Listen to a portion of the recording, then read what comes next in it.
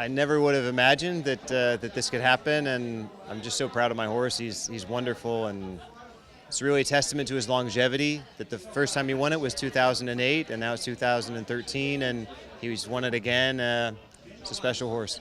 I thought it was a difficult course, and the time allowed was quite tough in the first round. I think that really drew out a lot of mistakes. I think if it hadn't been for the time allowed, you would have seen quite a few clear, but the time allowed was snug. I basically just ran at the last jump and hoped that I'd be under it, because I glanced up at the time, because the scoreboard was directly there after you landed from the second to last. So I was able to glance up at the time and see that I was about a second and a half behind the time, so I just took off.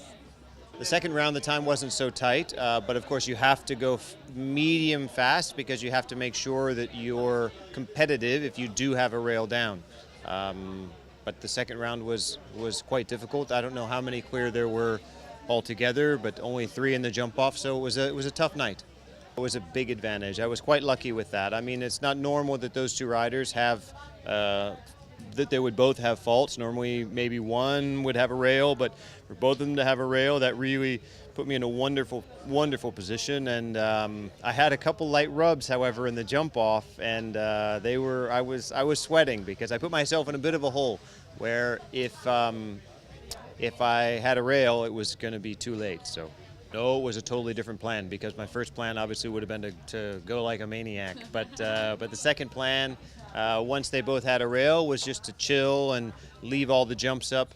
Try not to get myself so far behind that if I had a rail, I couldn't catch up, because William was fast, but not like super fast. And of course, Edwina had the 4 faults and a lot of time. So if I had a rail, then I felt like it would be easy for me to still be second, keeping my time somewhat close. So that was the plan, and luckily I didn't have to pick up the pace, because Cristallo was spot on tonight.